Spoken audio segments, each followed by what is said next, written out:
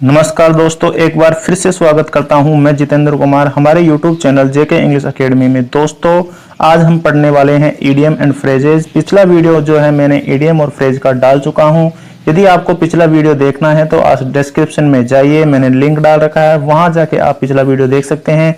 पिछला वीडियो मेरा बहुत ही शानदार मैंने डाला है, मैंने ट्रिक के साथ वीडियो डाला है, तो दोस्तों आप प्लीज उसे देखिएगा। आपके कॉम्पिटिटिव एग्जाम में आने वाले मैंने उसमें क्वेश्चन लिए हैं और इसमें भी वही क्वेश्चन लिए हैं। साथ में दोस्तों मैंने ट्रिक के साथ में विद एग्जाम्पल जो है मैंने करवाया है। तो आज की जो है क्लास स्टार्ट करते हैं दोस्तों। सबसे पहले नंबर पे जो ईडियम एंड फ्रेज हैं वो हैं दोस्तों लुक डाउन अप।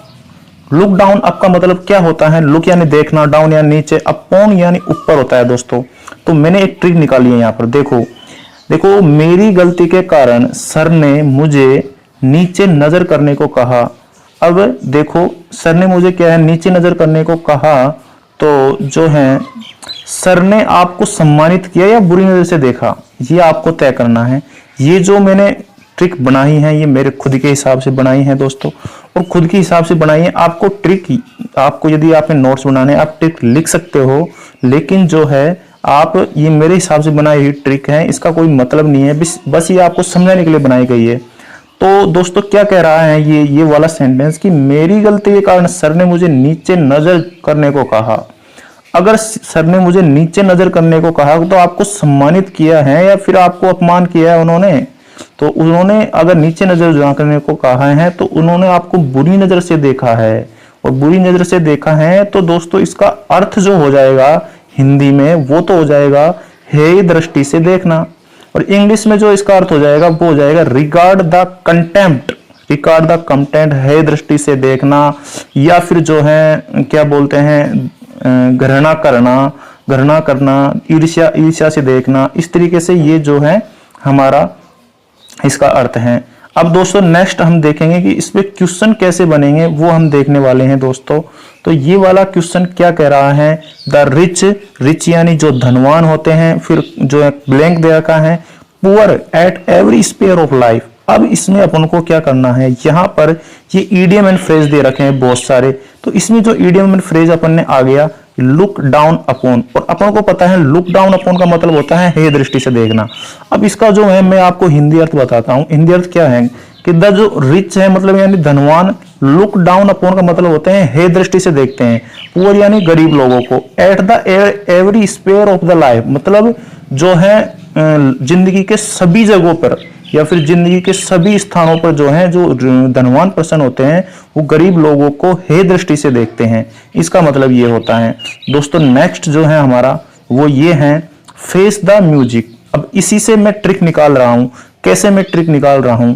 ट्रिक ये नहीं मैं निकाल रहा हूं, इसके ट्रिक ये निकाल रहा हूं दोस्तों कि मेरे फादर म्यूजिक का सामना करना आसान नहीं है। मेरे फादर के म्यूजिक, फेस यानी सामना करना आसान नहीं है। मेरे फादर के म्यूजिक का सामना करना आसान नहीं है। तो दोस्तों अगर जो है मेरे पिताजी के म्यूजिक का सामना करना आसान नहीं है, इसका मतलब कि वो डांटते हैं या फटकारते हैं, इसी वजह से मैंने ये जो है ट्रिक बनाई है। तो इसका जो अर्थ हो गया वो हो गया एक तरीके से डांट फटकार लगाना, या फिर जो है जोर से एक तरीके से चिल्लाना एक तरीके से। तो टू गेट रेप्रीमेंडेड और टू गेट स्कोल्डेड मतलब डांट फटकार जो है लगाना जो होता है, इसका इस ईडियम एंड फ्रेज का अर्थ होता है डांट फटकार लगाना। अब दोस्तों इसको क्वेश्चन कैसे आएगा आपके पास? क्वेश्चन कुछ इस तरीके से आएगा आपके, जैसे कि आप जो है रेड सेक्शन में मैंने दे रखा है। क्वेश्चन इस तरीके से आएगा। क्वेश्चन क्या है? It is almost late at night. जो यह था बिल्कुल लगभग लेट नाइट थी। एंड आई वॉज श्योर, मैं श्योर था। I have to face my music मतलब वो क्या करेगा, फेस माई फादर्स म्यूजिक है उसको आपको अंडरलाइन कर देगा या फिर ब्लैक कर देगा, और फिर आपको इस तरीके से ये जो है हिंदी अर्थ दिए हुए हैं। तो आपको जो है वो हिंदी अर्थ इन चारों सेक्शन में से आपको एक को जो है लगाना है। तो अपन ने पढ़ा है face the music. Face the music का मतलब होता है कि म्यूजिक को फादर की म्यूजिक को फेस करना। फादर की म्यूजिक को फेस करने का मतलब है कि डांट फटकार लगाना। अब देखो फादर्स एडवाइस यहाँ पर नहीं होगा। दूसरा है फादर्स स्कोल्डिंग, फादर्स की डांट फटकार। तीसरा है सॉन्ग्स ऑफ माय फादर, मेरे पिताजी का जो है गाना। None of these. तो दोस्तों यहाँ पर जो है बी आंसर हो जाएगा। बी आंसर इस वजह से हो जाएगा क्योंकि पिताजी की डांट फटकार यहाँ पर इसका आंसर हो रहा है। दोस्तों नेक्स्ट जो हमारा इडियम्स हैं वो क्या है दोस्तों, वो है बाई फिट्स एंड स्टार्ट। अब फिट का मतलब तो होता है मजबूत होना एंड स्टार्ट का मतलब होता है चालू होना। तो दोस्तों ट्रिक क्या बनेगी इसकी, ट्रिक जो मैंने बनाई है कि कभी तो बंद पड़ जाता है और कभी चालू हो जाता है।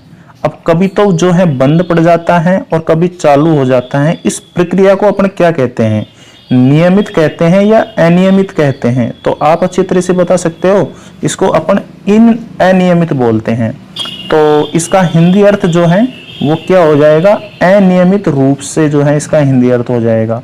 और इंग्लिश में इसका हो जाएगा इर्रेगुलर एक्टिविटी हो जाएगा दोस्तों, इर्रेगुलर एक्टिविटी। अब अपन देख लेते हैं कि इसमें किस टाइप के क्वेश्चन जो है आते हैं अपने एग्जाम में, किस टाइप से क्वेश्चन बन रहे हैं वो अपन देख लेते हैं।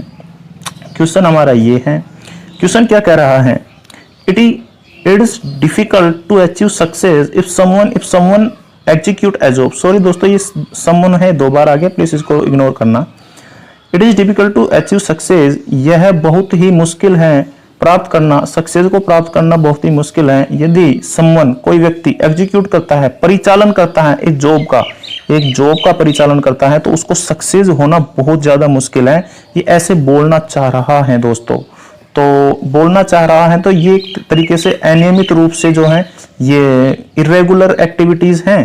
तो इर्रेगुलर एक्टिविटीज हैं तो इसका जो अर्थ होगा वो, इसका जो इडियम और फ्रेज जो यहाँ पर इडियम एंड फ्रेज दिया हुआ है तो इसका इडियम और फ्रेज होगा bye fits and crack, under the cloud हमने पिछले वीडियो में देखा था, एसिड टेस्ट पिछले वीडियो में देखा था, और जो है वंस बैक एंड कॉल पिछले वीडियो में देखा था। ये इसका इंडिया नहीं होगा। नेक्स्ट में देखता हूँ दोस्तों, बहुत ही शानदार इडियम्स है। तो शानदार इडियम्स है तो एट सी का मतलब होता है समुंदर। अब समुंदर से ही मैंने इसकी ट्रिक बना दी। ट्रिक क्या बना दी मैंने, इसकी ट्रिक ये बना दी मैंने कि भाई हे राम मैं तो समुंदर में हूँ, हे राम मैं तो समुंदर के बीच में हूँ, ऐसे कोई आदमी बोल रहा है। इसका मतलब तो ये बताओ जो अगला बोल रहा है वो मुसीबत में है या खुश है, तो वो मुसीबत में है, परेशान है, जब तो बोल रहा है हे राम मैं तो समुंदर में हूँ, उसको अचानक पता चला है। तो दोस्तों इसका मतलब होता है परेशान होना, इसका अर्थ है।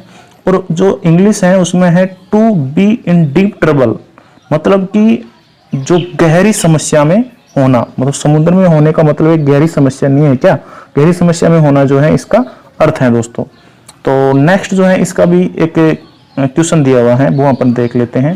क्वेश्चन ये है, as I was pick I found myself at sea, I was pick, जैसे ही मैं जो है पिक हुआ, बाहर निकला मैं, आई फाउंड माई सेल्फ मैंने खुद को पाया, एट सी समुंदर में पाया। अब समुंदर में पाया तो इसका मतलब देख, बिटवीन द क्लाउड्स, क्लाउड्स के बीच में पाया नहीं, इन सीरियस प्रॉब्लम इसका मतलब होता है acid test, selling in ship इसका मतलब नहीं होता है, इसका मतलब अपन ने जो है इसका मतलब था मतलब समुंदर में, तो इन वाटर सी इसका जो है हिंदी अर्थ होगा। तो नेक्स्ट दोस्तों नेक्स्ट जो हमारा इडियम्स हैं वो ये हैं, और नेक्स्ट इडियम्स है 5 नंबर का, इसको देखते हैं दोस्तों। अब ऑन यानी ऊपर, द कार्ड्स यानी जो होते हैं एक तरीके से कार्ड्स होते हैं डिफरेंट काइंड के। तो इसकी जो ट्रिक्स क्या बनाई हैं, हुक्म का इक्का मेरे पास है, कार्ड्स का मतलब है ताश की पत्तियों से है अपना, तो हुक्म का इक्का मेरे पास है। अब दोस्तों जिसके पास हुक्म का हिस्सा होता है उसकी ही जीत होती है। तो जीत निश्चित है या फिर ये जीत जो है अनिश्चित है? अरे जीत तो निश्चित है भाई, निश्चित। तो अगर कोई चीज निश्चित है तो वहां पर आप जो है इस ईडियम का जो है प्रयोग कर सकते हो, ऑन द कार्ड्स। और इसका जो हिंदी अर्थ है वो निश्चित होना, और इंग्लिश में जो अर्थ है वो to be certain, to be define जो है इसका इंग्लिश में अर्थ है। दोस्तों यदि आपको मेरा वीडियो अच्छा लगा हो तो प्लीज़ आप मेरे जो है चैनल को सब्सक्राइब करिएगा, बेल आइकन को ऑन करिएगा और जो है वीडियो को जो है लाइक करिएगा, शेयर कीजिएगा, क्योंकि मैं इसी तरीके की जो है ट्रिक जो है लेकर आऊँगा और जो है आपको मैं इसी तरीके से पढ़ाऊँगा। आपको जो मैं इस तरीके से पढ़ा रहा हूँ इसमें आपको फ़ायदा ये होगा कि आप लंबे समय तक, आप लॉन्ग समय तक जो है आप इन इडियम्स को याद कर पाओगे, वरना ये आपके समझ में भी नहीं आएंगे, ऊपर से निकल जाएंगे। और हर एग्जाम में 2 क्वेश्चन तो 101% आते हैं। और दोस्तों 2 क्वेश्चन बहुत मायने रखते हैं आपका सिलेक्शन कराने में। किसी भी कॉम्पिटिटिव एग्जाम में आपका सिलेक्शन कराने में 2 क्वेश्चनों का बहुत ज्यादा रोल होता है। बस इसमें आपको कुछ भी नहीं करना, याद ही करना है और सीधा सा क्वेश्चन जो है उठ के आ जाता है। और मैं आपको वादा करता हूं कि जो मैं पढ़ा रहा हूं ना, उसी में से लगभग जो है एग्जामों में उठ के आते हैं क्वेश्चन है, क्योंकि मैंने इनका रिपीटेशन देखा है बार बार। जो है एग्जाम के मैंने जो पेपर देखे हैं उसमें रिपीटेशन मैंने जो है इनका देखा है और मैंने उन्हीं जो है इडियम्स को लिया है जो रिपीटेशन में आ रहे हैं। मतलब बार बार जो है एग्जामिनर किनको देता है और स्टूडेंट कैसे गलती करते हैं। तो दोस्तों आज का लेक्चर होता है यहीं पे समाप्त। तो मिलते हैं नेक्स्ट वीडियो में, जब तक के लिए बाय। ओके।